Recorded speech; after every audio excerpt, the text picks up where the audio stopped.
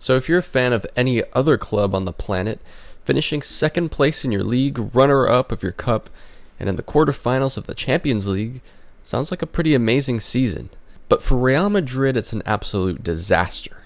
Yep, after one season of not winning anything, they're in crisis mode, the board is panicking, and one thing's for sure, unlike Man United, they act fast, and they know how to transform their club well.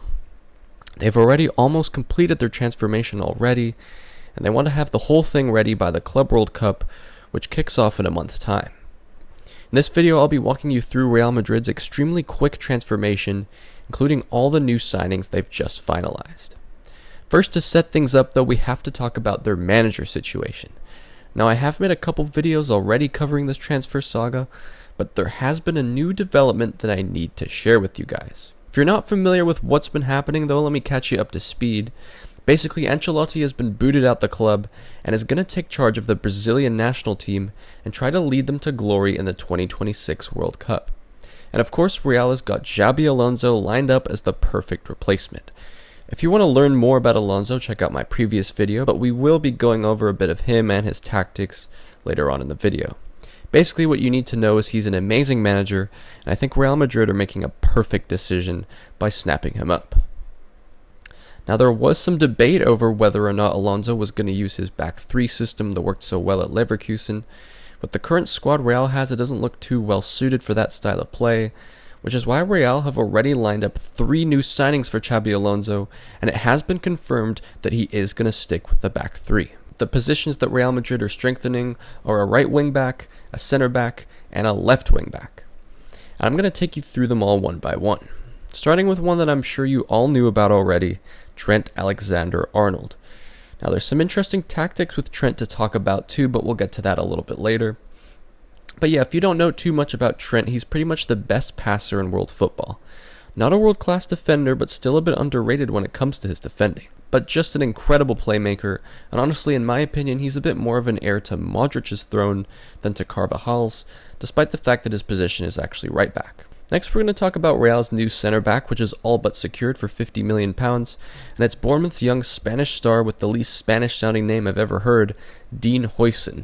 For a guy whose idol is Sergio Ramos, it just makes sense for him to join Real Madrid.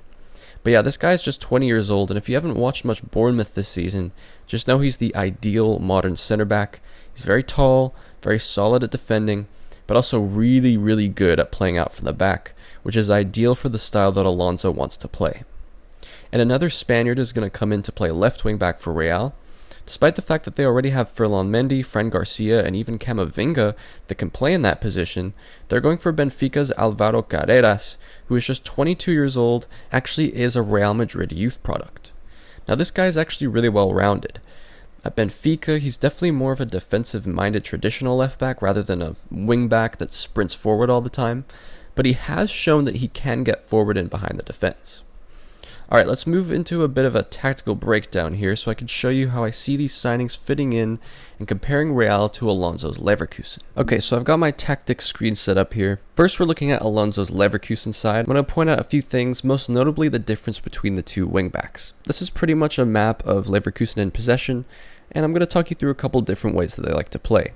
So usually Xhaka will drop back deep behind the center backs, and whatever midfielder, last season it was Ondřić, this season it's more Alex Garcia or Palacios.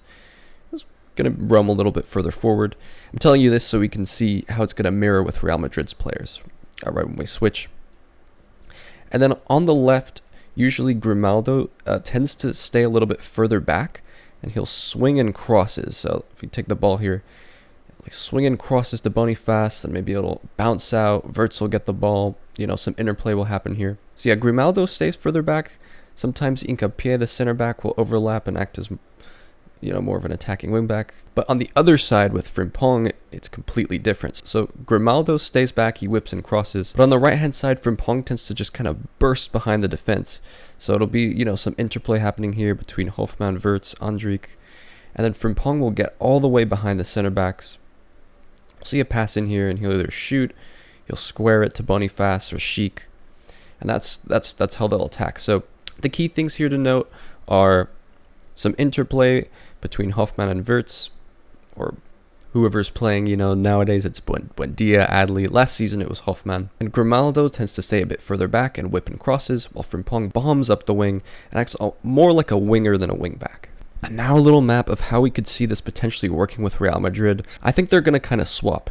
Even though Carreras, just like Grimaldo, is a Spanish left back who played for Benfica, I think he's going to be more of the Frimpong, and Trent is going to be more of the Grimaldo. So yeah, Trent, he's known for his crossing. He's the best crosser in world football pretty much. So of course, he's going to be the guy that'll stay a bit deeper. He'll ping in crosses. I know Real Madrid don't really have a target man. Maybe that's something that they'll want to bring in.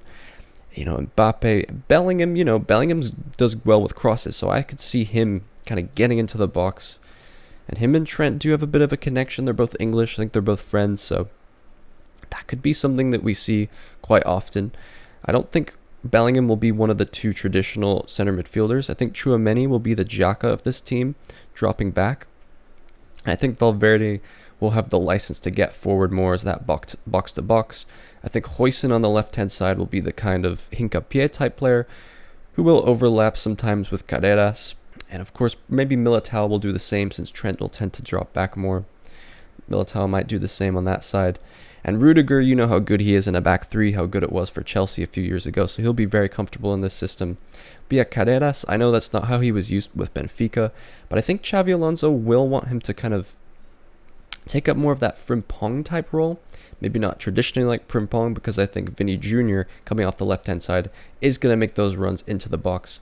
But Carreras will probably go over here and just kind of take up all this space, while Trent tends to, stay back, swing in crosses like this. But I think one of the trickiest parts for Alonso to try and figure out is going to be how to get Vini and Mbappe working together. So at Leverkusen, he tends to have a more big target man up top, like Patrick Schick or Victor Boniface, and Mbappe just isn't that. Both Mbappe and Vini Jr. are more similar to Florian Wirtz in that they both love to come in off the left-hand side and link up with their teammates or get a shot off from just inside the box. I think Vini is going to be more of that Wirtz role here. I think he'll get the priority on the wing. But Alonso's a smart guy. Honestly, I think Bellingham will be used really far forward. Maybe he can be kind of like the de facto Boniface here. He is the tallest of the bunch, so he might be used as the guy that wins the headers, knocks it down for Mbappe. Vini Jr. starts a little bit deeper, just like the likes of Wirtz and Hoffman did.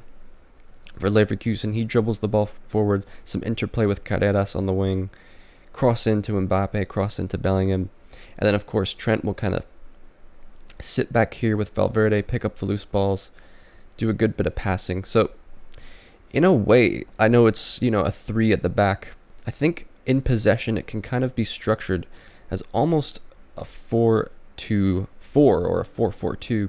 Mbappe, Bellingham, and Vini kind of making up the front line with Carreras right here, and then Trent and Valverde will occupy that kind of space and almost act like midfielders.